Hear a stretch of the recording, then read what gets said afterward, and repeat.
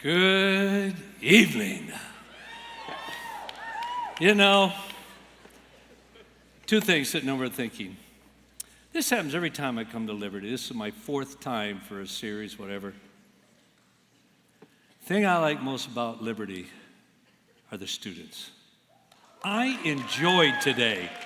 I said if I think about being able to come back next year, and I said if I do, I want to schedule where I can sit in a cafeteria, a coffee shop, whatever, over lunch, everything, and say, hey, you want to chat? I got a table there, just come and sit down.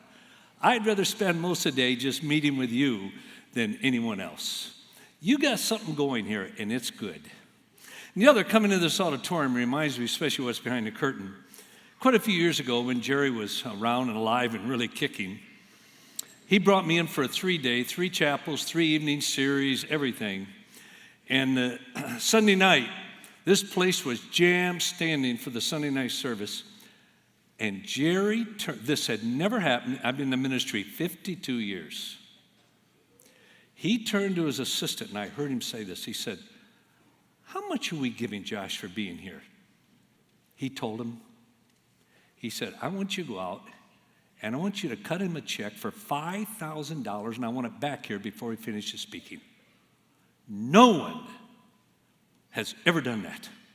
Over all the years, I've cut back. I've gone many places for nothing because they didn't have the money, whatever. I've discounted down everything. No one has ever paid me more except Jerry Falwell. Let me tell you, that's character. That is character. And that's one reason that started my love for Liberty. Most of you, well, it is. Because, hey, he's got 2 sons that's rubbed off on. He's got 2 sons that rubbed off on. And boy, anyone comes to me and ever criticize Jerry Falwell, I say, just take a look at his kids. Just take a look at his kids. Now, tonight, I want to make this significant for you, and I want to be done and out of here before 9 o'clock. Don't applaud.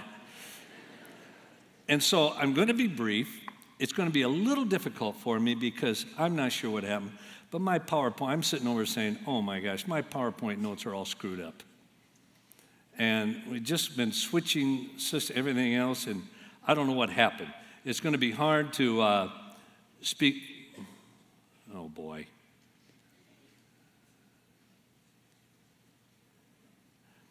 Be hard to speak from the thing, so I'll probably ignore a lot of my PowerPoint, and Zach, you're going to have to keep up with me.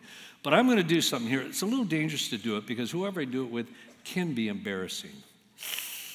But look, if any school can handle it, it's Liberty. You can. So I'm going to come down the audience and do something here. Yeah, oh boy, here we go. Yeah. Young lady. I'm not going to ask you your name. Are you a believer? Yes. Define love for me. Unconditional. You define love, unconditional? Love is unconditional, but that doesn't define love. Well,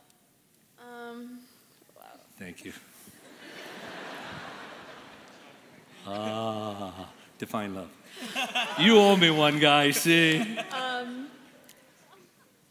God's love, I guess. You can't use the word in defining in the definition. Now, I don't have time. Folks, listen to me. If I took 1 hour here, went around to all you up there and everything else, there might be one person here who could define love on a mandatory thing. Oh, you're too tempting. Probably one person, and it would be him, that could define. I'm going to try him. Hi, James. I read your epistle. Quick. Define love. It is a commitment that is not based on how we feel, but how we act, putting others' interests before ourselves and ultimately Christ's. Not too bad. I think I can honestly say that's probably the best I've ever had in 50 years. It must be the coat. That's not bad. Now, I'm going to put some structure to that. Don't go boasting until you hear the rest of what I say, James. But folks, it's almost impossible. Anyone who can define love. Here's the problem. Almost every one of you here will say your greatest motivation in life, don't use it, just put it down. Your greatest motivation in life is love. And you can't define it. Doesn't it seem a little crazy? People say, well, I did it because I loved her, I loved him, and you can't define it. How do you know you're being loved if you can't define it? How do you know you're loving someone if you can't define it?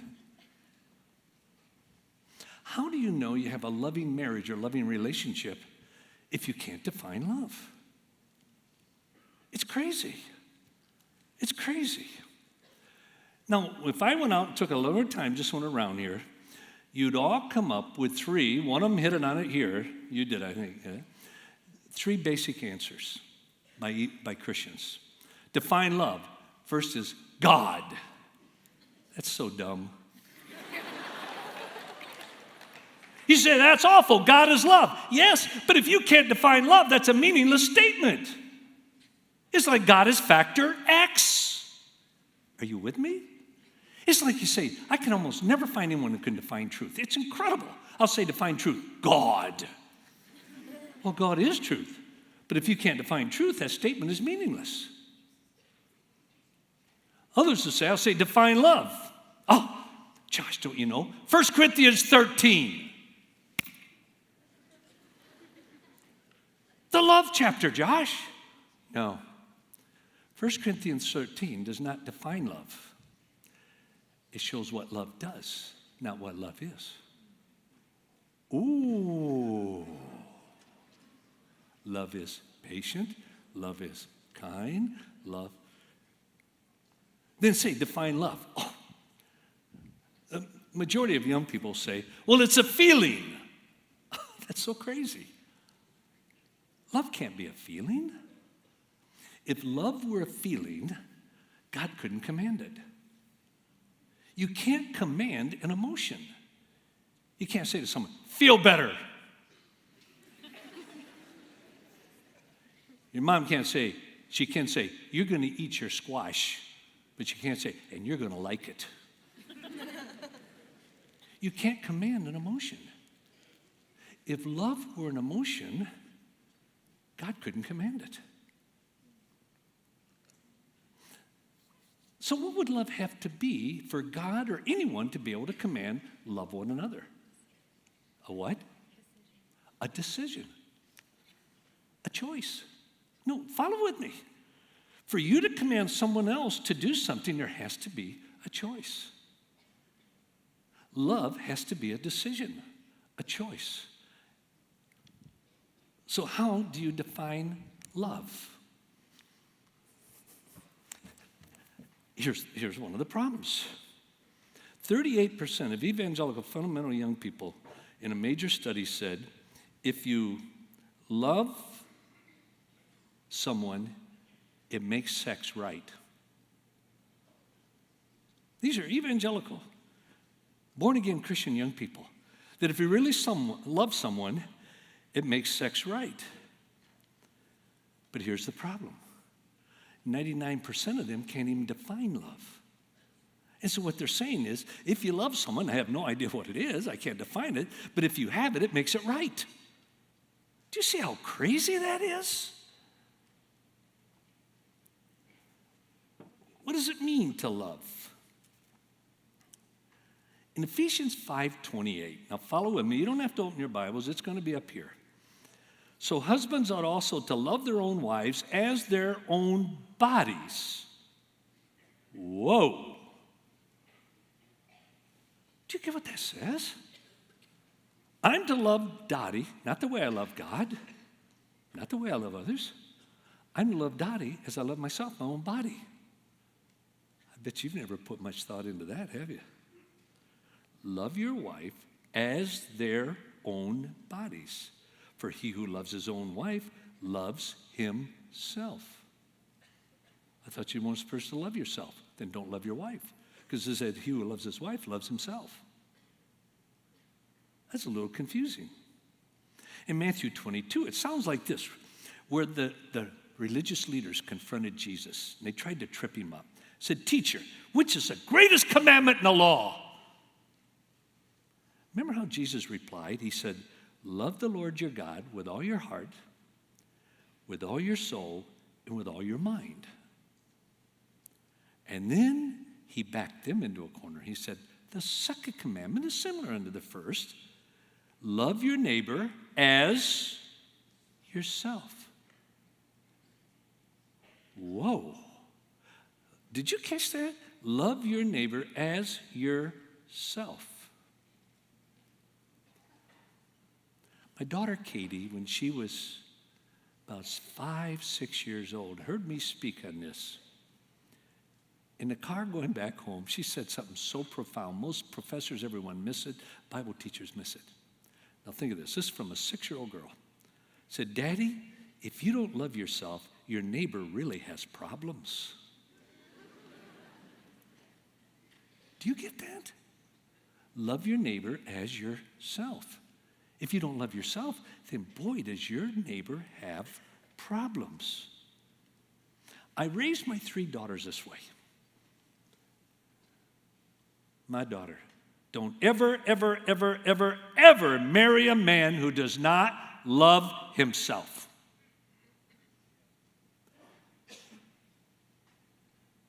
Because if he doesn't love himself, you're going to suffer in your marriage. And if you marry a man who does not know how to love himself, love your wife as you love your own bodies, love your neighbors, you love yourself. You marry a man who does not love himself, he won't know how to love you or your children. I believe the number one reason of the divorce of evangelicals, which is equal to atheists and agnostics, I mean, you didn't know that. Not the only reason, but number one reason is men have never been taught or modeled how to love yourself. Therefore, they don't know how to love their wife or their children. And he ends up in tremendous hurt because no one ever taught him how to love them. Let me ask you a question here. You're from all different church backgrounds at home. Now, I want you to be honest here. How many of you here have had your pastor back home where you were brought up and everything?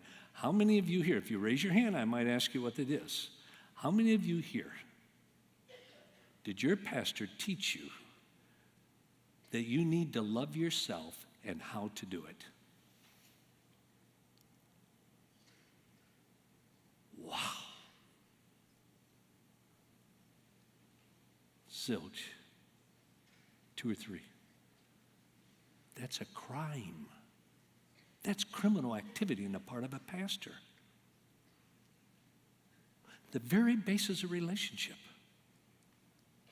Love your spouse as you love yourself. Love your neighbor as you love yourself. No wonder we have so many divorces and broken homes and hurts.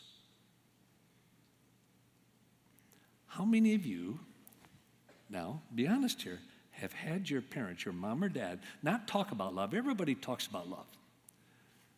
But has told you you need to love yourself and how to do it, your mom or dad. About 10 of you. I just don't understand it. I don't understand it. Their whole basis of relationships, marriage, everything. And we never talk about it.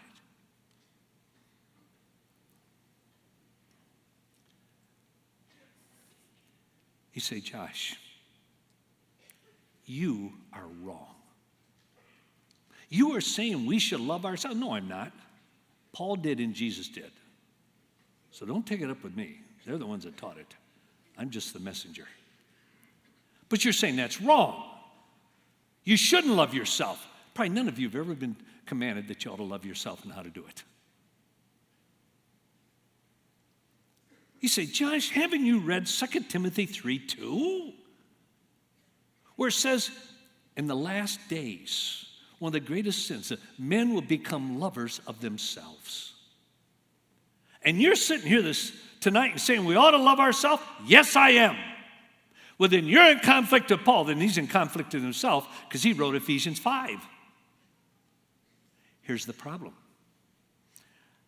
I don't think I've ever heard a sermon, not the sermons that begin. I personally, in all my life, have never heard a sermon on love your wife as you love yourself, your own body. I never have. I have never heard a sermon, love your neighbor as you love yourself. But let me tell you, I've heard so many sermons on they'll be lovers of themselves in the last days. Here's the problem. The word used in 2 Timothy 3 is totally different than Matthew 22 and Ephesians 5. And most people don't study the scriptures. They only read the scriptures. That's the difference between knowledge and wisdom. You don't even get knowledge by just reading the scriptures. The word used in 2 Timothy 3:2 is philautos. Philauto, can you put it up there? Or you don't have it? Yeah. No, that's not it. You moved it up from 46b right before 16. Hello. Don't put those up. You're jumping way ahead of me. As I said, my PowerPoint is all goofed up. Let me. Zach, should I be using a PowerPoint that you emailed to me with the attachment or the one out of iBooks?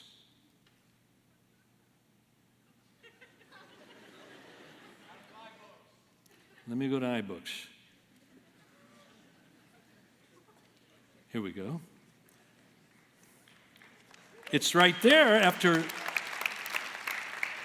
it's right there in mine, 2 Timothy 3:2, philautos. Now here's the difference. The word philautos is made up of two different words, phileo and autos. First, phileo means, and I'm going to be brief here, some people use it for a word for love. For me, it's more for a strong friendship, a very respectable, giving friendship, phileo. Autos, we get the word auto. Automobile, autograph, autonomous. Auto means self. When they were starting to manufacture the car, they wanted to come up with a word that would help sell the car. They needed a word that would show a contrast with a bus or a train where you had a chauffeur that drove you.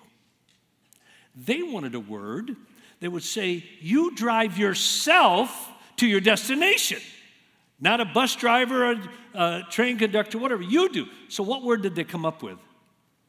Automobile. Auto, self, mobile, drive, move. You move yourself to your destination. Auto, self. When you put the two together, it changes. When you take phileo and auto together, philauto, it creates a very selfish, self-centered attitude of relationships. Like in Jude 1:18, it would say, whose purpose in life is to satisfy their own ungodly desires. That is what philauto is saying, even though that's not the word there. In 2 Peter 3:3, scoffing and following their own evil desires. 2 Timothy 3:2, New International Version puts it, people will be lovers of themselves. What it means is putting their own wants ahead of others, ahead of God. It means a very selfish, self-centered relationship. They said in the latter days, people are going to be lovers of themselves. Philautos. Very self-centered, selfish. My desires come before God's desires, etc.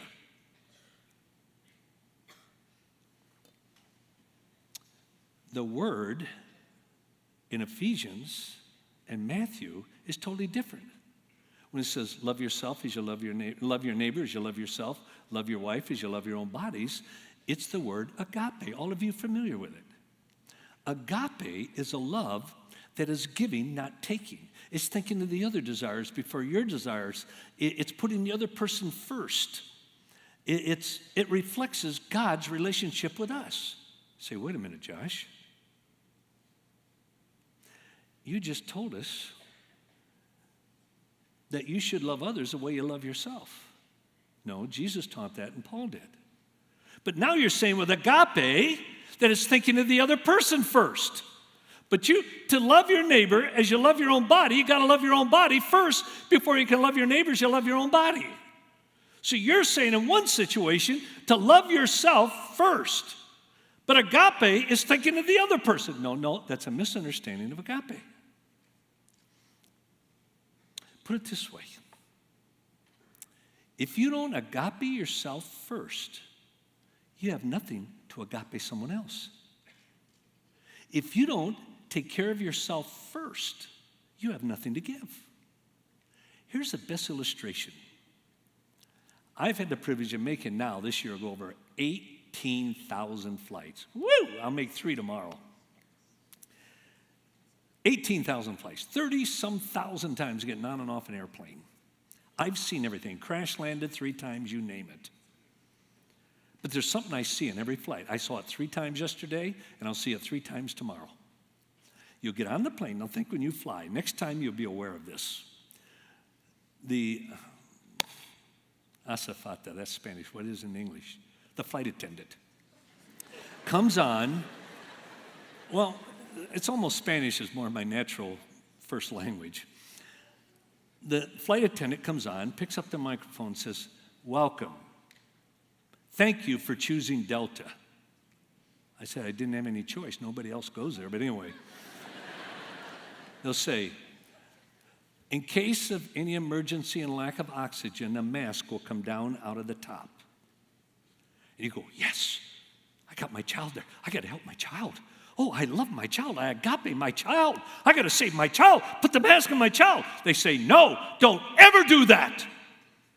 Never, ever, ever put the mask, agape your child first. You could both die." What do they say to you? First, agape yourself. Put the mask on yourself. Then put the mask on your child. Why? If you go to put your mask on, it's hard. And once you get it on, they're fighting. "I don't like it." You got to hold on, and you can pass out, and you both die. So it says, first, put the mask on yourself. Takes 3 seconds. Then put the mask on your child.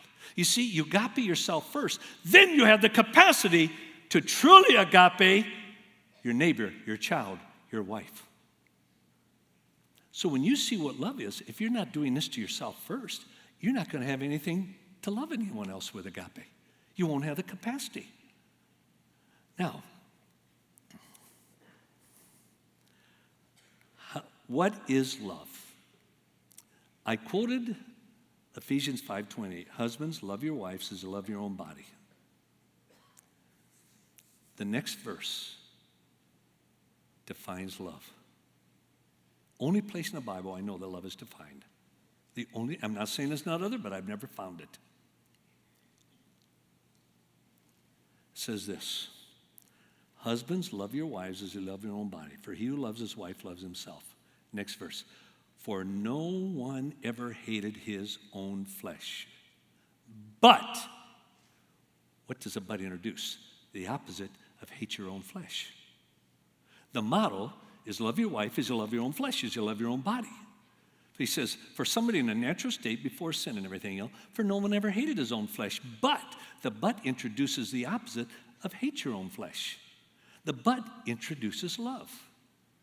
When my son was 11, 12 years old, and I taught my kids this, I don't know how many times, when you have children, you have to repeat. And you never say to a child, well, I just taught you that last week. I explained that. No. You start over fresh. And this time I was teaching, I said, son, I want to share with you what it means for me to love your mother, to love you, and to love our neighbors. And so I quoted this and said, for no man hates his own flesh, but nourishes and cherishes it. The it does not refer back to his wife. It refers back to his own body. So I said, son, to love means to nurture and to cherish. One thing I like about young people, questions all over the place. Daddy, what does that mean? I said, well, son, to nurture means, now follow with me closely here. To nurture means to bring to maturity. What area, Dad? Well, son, my motto in life is Jesus Christ. right after your mother. But it's Jesus first and your mom. I guess I'm supposed to say it that way. Christ is my model. In Luke 2:52, it says, Jesus was nurtured to maturity in 4 areas. Notice what it says in Luke 2:52. And Jesus kept increasing, being nurtured, mature, bringing to maturity in wisdom and stature and in favor with God and men. I said, son, there's 4 areas to bring yourself to maturity, to be nurtured, which is love. 1 is wisdom, mentally. 2nd, in stature, physically. 3rd, in favor with God, spiritually. And 4th, in favor with men, relationally. I said, son, if I, as your father, love myself the way I'm supposed to, then by an act of my will, has to be a choice. By an act of my will, I choose to nurture myself to maturity, physically, mentally, spiritually, and relationally. But Sean, that's only half of love. It says to nurture and to cherish. What does cherish means? Cherish basically means to care for. If you cherish someone, you care for them. If you cherish something, you care for it. But I said, son, in the context here, now this is key. It means to care for in the sense of protect. So if I truly love myself the way I'm supposed to by an act of my will, I will cherish myself. Why? That's the basis to love my wife, to love my neighbor. I will cherish myself means I will protect myself from anything that will hinder that nurturing process in my life. By the kind of videos I watch, music I listen to, kind of friends I have, what I eat, how I drive, what I drink, kind of parties I go to, whatever would hinder that nurturing process, if I truly love myself, I will cherish myself from it. I will protect myself. I will care for myself from it. I said, now, son, this is how I am to love your mother. Oh, I love this. Husbands, love your wives, not how you love God. Nope. You love your wife the way you love God, you'll destroy your marriage. I'm not to love others the way I love God. It says to love God with all my heart, mind, and soul. It says to love your neighbor as you love yourself, not the way you love God. Most Christians say, well, I ought to love them all my heart, mind, soul. No. You only love God that way. You love your wife, your children, your neighbor, others totally differently. You love them as you love yourself. That's the standard. I bet you've never heard that preached. That's the standard. So I said, son, if I love your mother the way I love my own body, then by an act of my will, I choose to nurture your mother to maturity. Physically, mentally, spiritually, relationally. And then if I truly love your mother the way I love myself, then by an act of my will, I'll do everything I can to cherish her, to protect her from anything that will hinder that nurturing process. Now, son, what does that really mean? These words are kind of not words I use every day. Oh, last night we nursed and cherished each other. It's just not my vocabulary, folks. I always believe in narrowing it down. So what I said, son, I did this first ever for my son and my daughters. I said, son, I want to give you the simplest definition I love I know without ever compromising anything in the meaning biblically. Now, I always teach that when it comes to a major concept, it takes 7 to 9 words to define it without leaving a lot of loopholes. I'm going to define the most complicated concept in the world, love, with 3 words. Actually, 2 words and a conjunction. And I'm not going to miss any of the meaning in the scriptures of what it means to love someone. So I said, son, do this. To nourish, write the word provide. Why? Because to nurture means to provide nutrients for growth. That's what it means, basically. Son, it's like, say tomorrow, before you go to school, your mom says, son, when you come home from school tomorrow, I want you to go out and fertilize the flower bed. What is my wife saying? Saying, tomorrow when you come home, I want you to take nutrients out to the flower bed, put them in there around there. Why? So the flowers will come to maturity and blossom, their purpose. I said, son, that's what nurture means. Physically, mentally, spiritually, relationally, to provide nutrients for growth. So write the word provide. Second, with cherish, write the word protect. Because that's what it means. It means to care for, basically, but to care for in the sense of protect. Now, I always say flip the words around and put one word or conjunction in between it. And. The simplest definition of love. Protect and provide. To nurture and cherish. To protect and provide. If the Bible says, love your neighbor as you love yourself, what does that mean? I need to love my neighbor, not the way I love God, the way I love myself. How should I love myself? By an act of my will, I should protect myself from anything that will hinder that nurturing in my life. And then to bring in nutrients, biblically everything, to mature physically, mentally, spiritually, and relationally. Now that's how I'm to love my neighbor. By an act of my will, I am to protect and provide. That's love. See, but yeah, Josh, the commandments in the Bible are so negative. Don't do this, don't do that. God is a cosmic killjoy. One of the most revolutionary things I ever learned after I came to Christ in the university, and this might not be mind-boggling to you, it was staggering to me. When I learned behind every single commandment, there's always two positive principles. Say what? Oh yeah. Every time God says, thou shalt not, it's positive. Josh, how do you get a positive out of a negative? Very simple. Every time God says, to teach your children this, it's so exciting. Every time God says, thou shalt not, the two positive, he always says it to what? Because he loves you to protect you and provide for you. You see, when I go around and ask people to find love, God. Yes, God is love. But what does that mean? Most people can't say. Okay, put the definition of love in there. God protects and provides. A part of his very nature, his character, is love, meaning protect and provide. Every single time the Bible says, thou shalt not, he does it because he loves us. He wants to protect you and provide for you. That totally transformed my image of God. From being negative and a dictatorial father, whatever, to a loving father who says no because he wants to protect and provide for me. Whoa, that's a different approach to the Heavenly Father.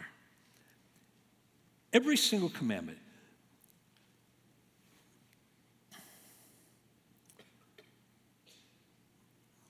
We owe our children, when you get married, I believe you owe your children, among many things, two basic things. One, a definition of love.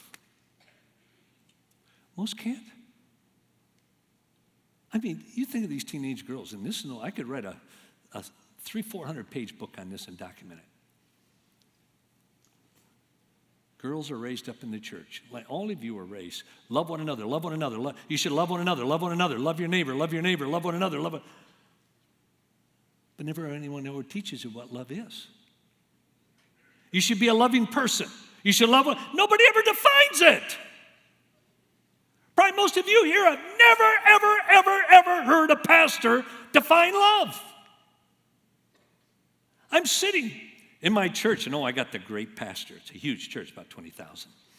And I was listening to the pastor speak on love. It's like every sermon I've ever heard in my life. It was a 45-minute sermon. About 35 minutes into it, Dottie turned to me and said, honey, isn't this wonderful? I made sure nobody could hear me. I said, it's horrible. I'm embarrassed. How could you say that? Very simple, honey.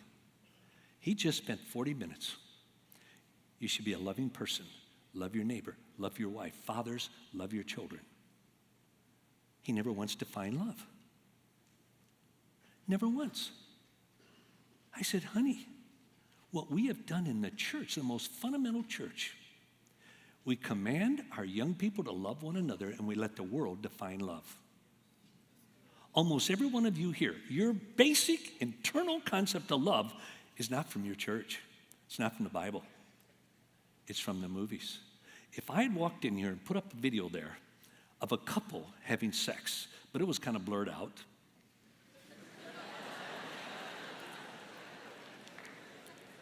a lot of you say, that's awful. They're making love. Listen to people. Listen to yourself. You'll see somebody having sex. They shouldn't be making love until they're married. They're making love. No, they're having sex. It could have nothing to do with love. But what do we say? They're making love. Almost every single time on detective movies, whether it's CSI New York, Las Vegas, Miami, which I like, Law and Order, everything. You listen to Next Future. Every time they're investigating a crime that had maybe a sexual element to it, they will say this. Well, find out. Look at these sheets, everything else. See if they made love last night. Every time. You see, we connect. Love is sex, sex is love. It's connected that way in most of your minds. That if you have sex with somebody, you're loving them. If you love someone, you have sex with them. So here comes this young lady. Her pastor parents have always preached, love one another, love one another. You should be a loving person. You should love your friends. You should love your neighbor. Love, love, love. Never define it.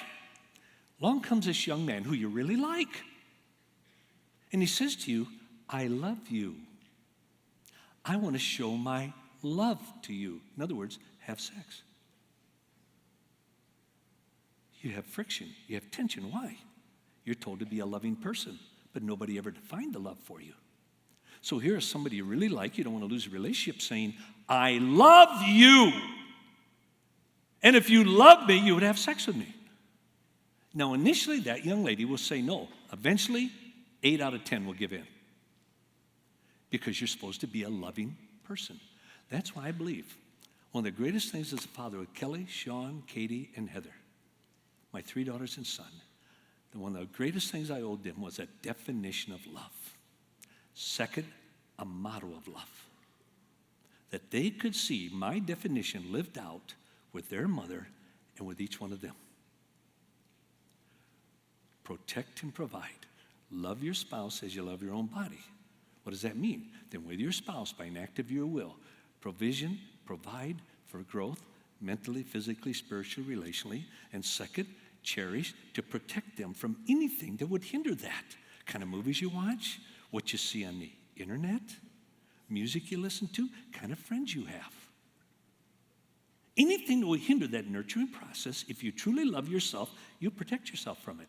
If you don't love yourself, you won't protect yourself. If you don't protect yourself, I can honestly say, you don't love yourself and you're going to have problems in marriage. I owed my children a definition of love and a motto of love. All these lines. Well, if you love me, you'll let me. I would honestly say, if you really love me, you would never ask. Because why? If I let you, it would neither protect me nor provide for me. And boy, can I prove that. Well, everyone is doing it. Then I would say it shouldn't be too hard to find somebody else.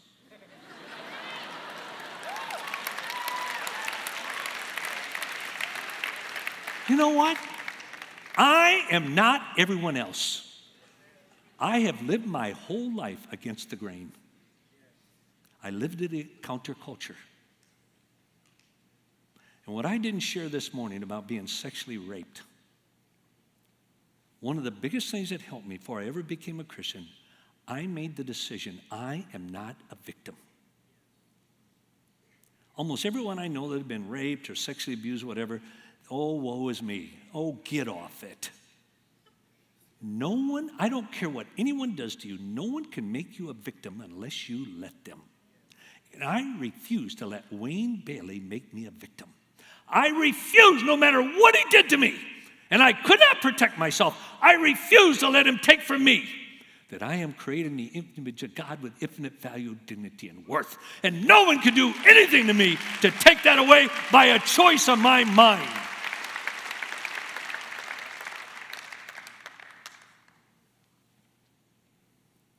Well, let me make a man out of you.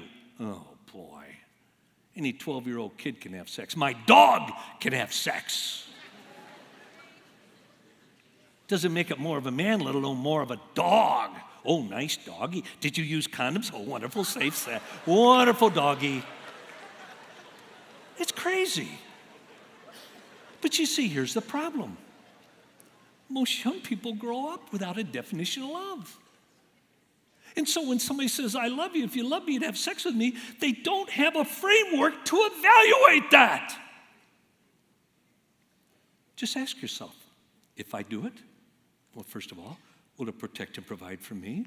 Will it protect and provide for my neighbor? That's one of the best things. I taught my children at 7, 8, 9 years old to do that. Folks, please take this to heart. You got your whole life ahead of you. Don't make choices now. That's going to result in some devastating consequences in the future. And when those devastating consequences come, don't go blaming someone else. You made the choice. You hear me? You made the choice. Don't go blaming. Well, you don't know my home life. I'll stand nose to nose with anyone. My past does not define me. I refuse to let it define me. I am not damaged goods. And I am not a victim. And no one can take away the image of God in my life. Because I made the choice not to let them. I want to close with this. I beg you, be careful with pornography. Over half of all of you right here are watching pornography. You are. Normally it's 70%. Liberty, I'm taking liberty.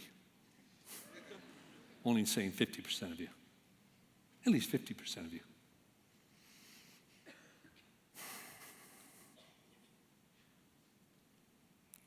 It will destroy you. You hear me? You might think you're so smart right now. Oh, I don't watch it much. Oh, get real. Well, I'll quit when I get married. No, you won't. It'll destroy your marriage. Any man would rather masturbate to pornography than have sex with his wife. Do you hear me? Girls, and you get married, I guarantee over half of you, your husband will start to lose sexual interest in you. Immediately know he's watching pornography. There's not a woman here who can compete with pornography. You want wisdom from a dad, grandfather. When I started ministry, the Dead Sea was only sick. It was so long ago. It was. Boy, you're all slow, you know it? Some of you are really going to enjoy life later. You're going to remember all the jokes you heard earlier. Start laughing when you're 70. Where was I before that? What was I getting at? Oh. Young ladies, I'm talking to you young ladies. And I am dead serious on this. I'm going to look at you, and you can do it with him. I'm going to look at you. If you ever think there's a man that comes into your life who might be the right one, I challenge you to do this if you want any success in marriage. At a very relaxing time, like a night out at McDowell's. No, I'm serious. Do it to him tonight. Look him right in the eye. Look him in the eye and just very casually say, do you watch pornography on the internet? Girls, if he even blinks, walk away. Walk away. You never want to marry him. He says, well, I'll change. And you need about 3 to 4 years to see that. And you'll never do it alone. It'll destroy you. He says, well, not much. No guy watches it. Not much. That's good. Well, I'll stop and I get married. No, you won't. You'll masturbate 10 times more. Well, it doesn't hurt anyone. It destroys you. You just look that guy right in the eye. Say, do you watch pornography on the internet? And if he even blinks, it's your life. I'd walk away. I'd never marry anyone who's watching pornography. And I wouldn't marry anyone that didn't take plenty of time to overcome it, and you won't do it alone. It's kind of like once an alcoholic, always an alcoholic.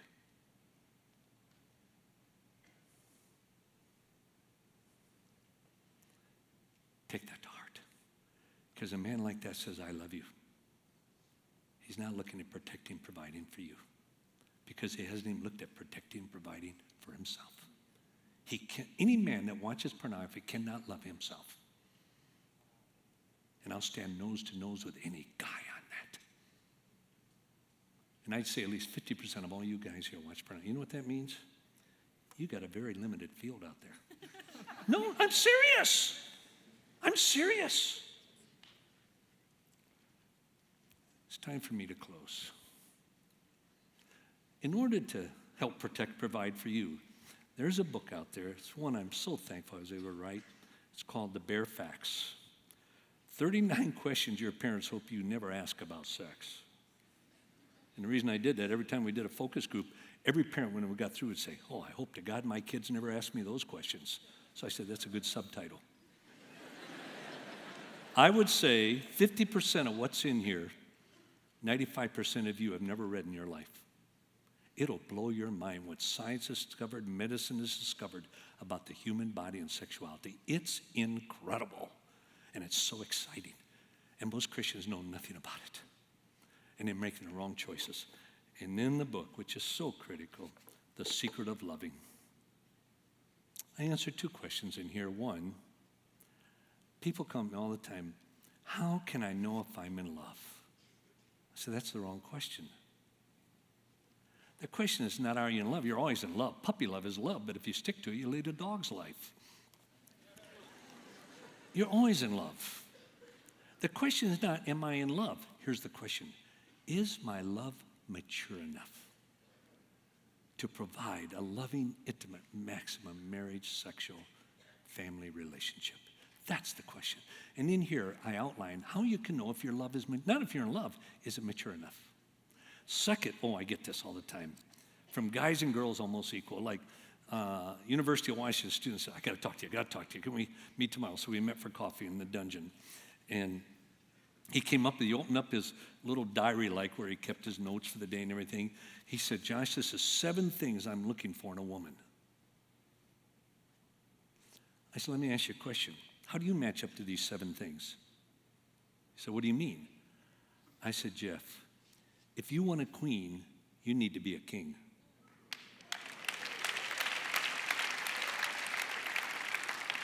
You want these 7 things in a woman, then you better have these 7 things in your life. It's not so much finding the right person, but rather being the right person. You want a 10? You better be a 10. You want a good lover? You better be a good lover. And so I outline in here how to be the type of person even worth being married to. It's one of the most fun things I ever wrote. And then the one that ties into everything I shared this morning. I titled it, See Yourself as God Sees You. It's about how to have, not a good or bad or anything else, it's how to have a healthy self-image. I would say 80-85% of all Christians I meet in the world, young, old, whatever, do not have God's view of who they are as an individual. They don't. And if you don't see yourself as God sees you, how can you expect somebody else to see you as God sees you? If you cannot accept yourself the way you are, who do you think you are that you can trust someone else to accept you the way you are? You can't. That's why most people don't get married to a person, they get married to a facade. Because they're afraid, well, if she really knew what I was like, she would never love or accept me. Well, then don't ever get married. And I use a 3-legged stool to develop how to see yourself as God sees you. This was one of the most liberating things to me, especially what I went through. Maybe it'll help you. Folks, I can honestly say, it's been a full day for me. I'm exhausted. But I have enjoyed every minute of it. I think I can honestly say, I like you all. Look, there's a lot of people in life I don't like. You say, that's awful. No, there isn't. There's a lot of people in my church, I'd never want to spend 1 hour fishing in a boat with them. I don't like them. Say, but you're a Christian, okay? Never once in the scripture does God command you to like one another. No, you can't. To like is an emotion, right? No, wait, say right is emotion, right? Yeah. You can't command someone to like somebody else. You command them to love. There's a lot of people in the world I don't like. I don't know one person I don't love. That's freeing. Because I don't care who you are. There's certain people you don't like. You don't want to spend time with them. You don't want to invite them to your house. But you feel guilty because I'm a Christian. I should love everyone. Well, liking somebody has nothing to do with love. Love is protect and provide. To like is an emotion. Yes? I don't know if I can say something quick. I agree with you. Kind of have a story real quick. You have that microphone? No, it's real quick. Go ahead, brother. Just say no time. Hello. My name's Josh Greger, and I really didn't want to come up here, but my man Josh is just straight on point tonight. I graduated from Liberty in 2009, got married right after, had like a strong addiction to pornography, and it destroys you, destroys the person that you say you love, but you know, love is not a feeling, it's what you say and what you do. So I'll just encourage everyone, and even the guys like who here tonight are probably like, oh, he just destroyed me. Like, see God's grace. Like, I've been free from it for a couple years. My ex-wife did leave me, you know, and I definitely deserve that. But Josh is straight up, you know, right on point, everything he said. But I just wanted to add, like, God can bring freedom, and so We all praise God. thank you.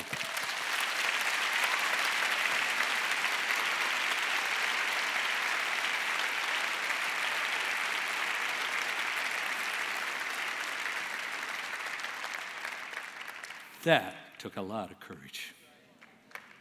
Thank you.